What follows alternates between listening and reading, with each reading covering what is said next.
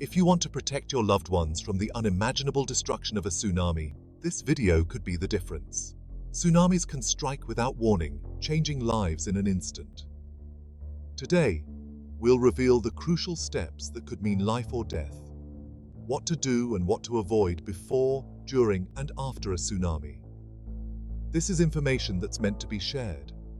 Don't just watch this for yourself. Share it with everyone you care about.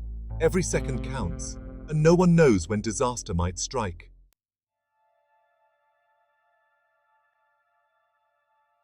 Imagine you're on a beautiful beach. The sky is clear, the waves are gentle, but suddenly, the water starts pulling away from the shore. The once calm ocean now feels strangely powerful, like it's holding its breath, preparing for something big. This could be the only warning you have before a tsunami strikes.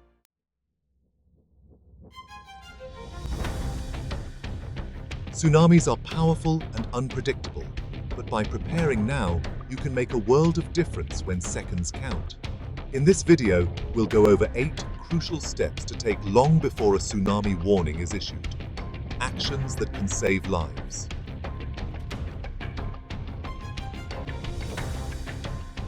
First and foremost, stay informed. Know if you live in a tsunami-prone area and stay updated on weather and seismic activity. Make sure to have alerts enabled on your phone, listen to local authorities, and always be aware of the latest warnings from official sources. This constant awareness can give you a head start when every second matters.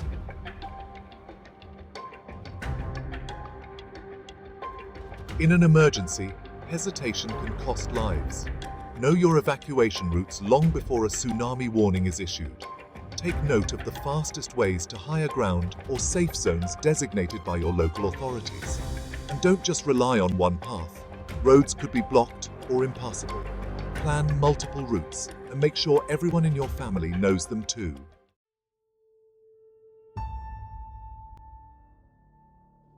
Now let's talk about what you'll need if you have to leave in a hurry. Prepare an emergency kit with enough supplies to last at least 72 hours. This includes essentials like water, non-perishable food, a flashlight, batteries, first aid supplies, medications, personal documents, and a portable radio. If you have pets, pack supplies for them too. When disaster strikes, you won't have time to gather these items, so have this kit ready and accessible.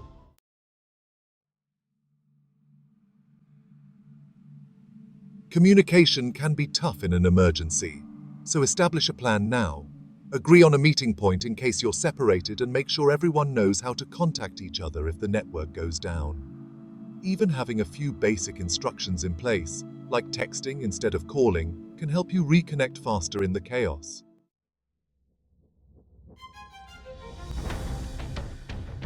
Tsunamis can cause immense damage, not just from the water, but from debris and collapsing structures. Secure heavy furniture, appliances, and any items that could become hazards if the ground shakes or floodwaters arrive. If you're in a high-risk area, consider investing in flood barriers or even tsunami-resistant designs. Your home should be as prepared as you are.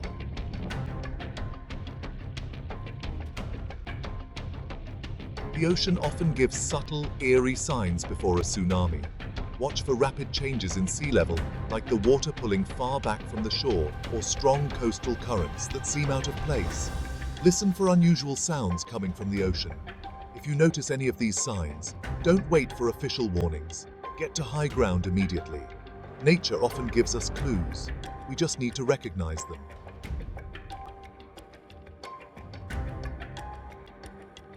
Practice makes perfect, even when it comes to survival. Hold regular evacuation drills with your family or community. Go through the steps of grabbing your emergency kit, checking your evacuation routes, and getting to a safe place. Familiarizing yourself with this routine will make it second nature when you're under pressure.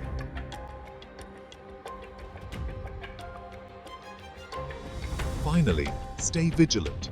The beauty of the coastline can make it easy to forget the risks, but never ignore evacuation orders or tsunami warnings from local authorities. Be aware of where you are, especially in areas that are known to be vulnerable. Remember, It's better to react and find it was a false alarm than to wait and risk everything.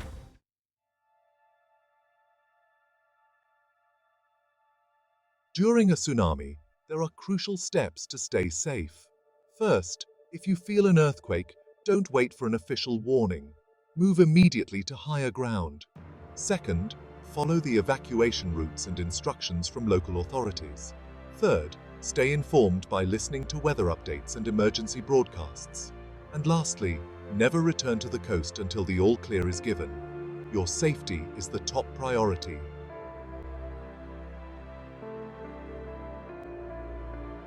First, and most important, get to higher ground. If you're in a coastal area, don't wait. Whether you feel an earthquake or receive a tsunami warning, move to a location at least 100 feet above sea level or several miles inland. And if the ground is still shaking, or you see the water withdrawing from the shore, don't wait for an official order. Start moving. Every second counts.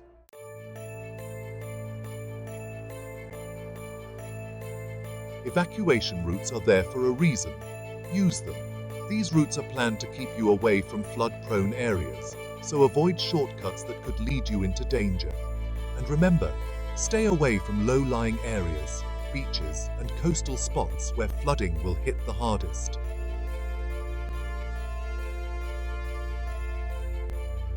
In a situation like this, every moment matters. Move quickly, but don't panic. Avoid wasting time trying to gather belongings or valuables. The priority here is getting yourself, your loved ones, and your neighbors to safety. Don't let anything slow you down.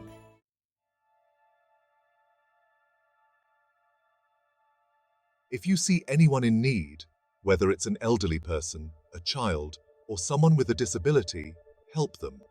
Tsunamis are fast and unforgiving, and there may not be a second chance. When you're safe, do what you can to ensure others reach safety as well.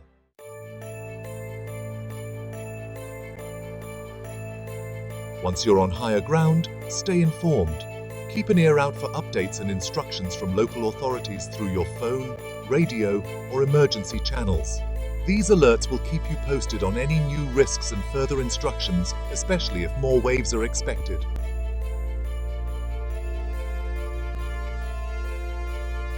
One key rule: don't go near flooded areas. Floodwaters may look shallow, but can sweep you away in seconds. Don't walk or drive through them. These waters are unpredictable and dangerous. The safest move is to stay as far from any flooded areas as possible.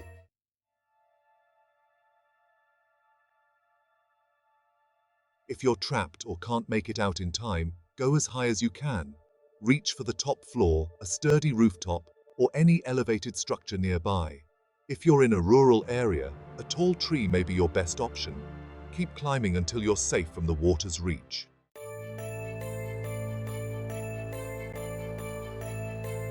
If evacuation isn't an option, find a secure spot on an upper floor or a solid building. Avoid windows and exterior walls that could shatter or flood. Tsunamis can come in waves, and aftershocks might follow. Stay indoors and stay alert until authorities confirm the danger has passed.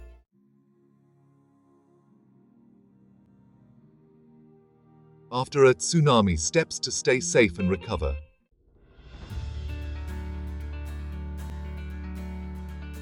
Even after the waves subside, the risk of aftershocks, flooding, or other hazards remains. Stay connected to local authorities, listen for emergency updates, and follow any new evacuation orders or safety instructions as they come.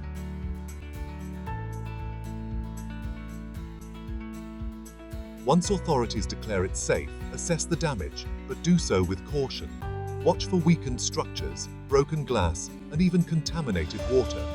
These could all pose serious dangers, so be mindful as you check your surroundings.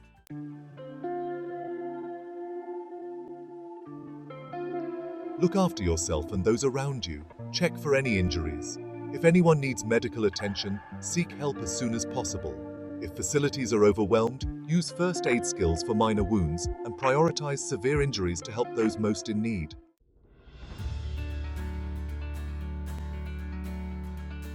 It's tempting to look around, but stay away from flooded, damaged, or unstable areas.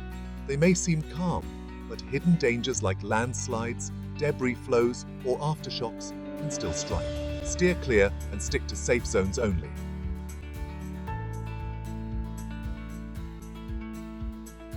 Stay tuned for ongoing instructions. Local officials will have the most updated information on hazards, further evacuations, or when it's safe to return to specific areas. This information is critical to keep you and your loved ones safe.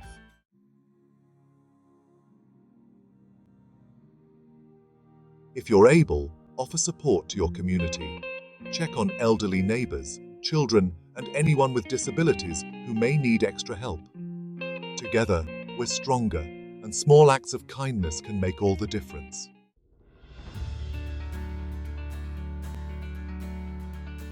If it's safe, take photos or videos of the damage to your property. These records are essential for insurance claims and can help when you apply for disaster assistance. Documenting early can save you a lot of hassle down the road.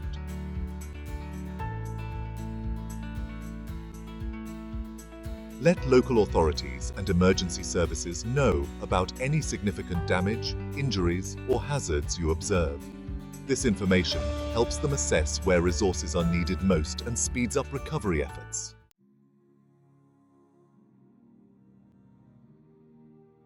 Recovering from a disaster is tough, and it's okay to seek help. Reach out to family, friends, and local organizations for support. Many communities offer counseling and resources to help you cope emotionally and practically during this time.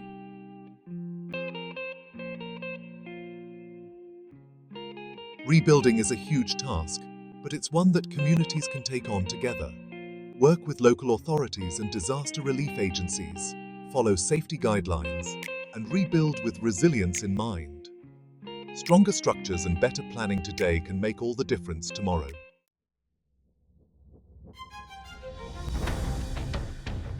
If you're in a tsunami-prone area, don't overlook the risks.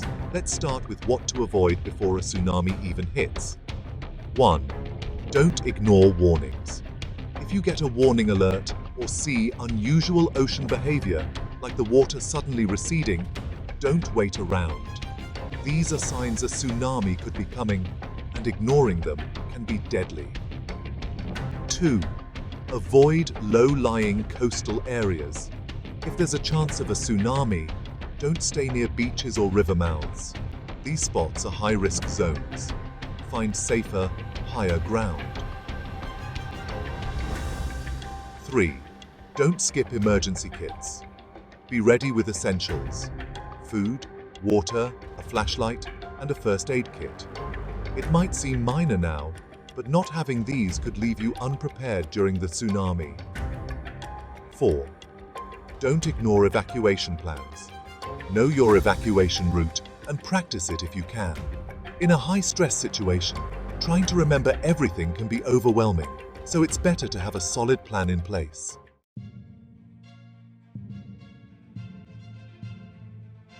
When a tsunami strikes, you're racing against the clock. Here's what to avoid doing during a tsunami. 1. Don't stay near the shore. If you see the sea recede dramatically, don't go closer to check it out or take photos. This could mean a tsunami is on its way. Move to higher ground fast. 2. Avoid bridges and tunnels. These structures can become flooded or even collapse in a tsunami, so it's best to steer clear. 3. Don't use a car if possible. Roads can get clogged fast, and floodwaters make driving dangerous. If you're close to higher ground, try to get there on foot. 4. Don't go back. Once you've reached a safe area, don't return until authorities say it's safe. Secondary waves can be just as dangerous as the first. 5. Avoid riverbanks and streams. A tsunami's force can carry waves miles inland through rivers and streams. Stay away from these areas to avoid getting caught off guard.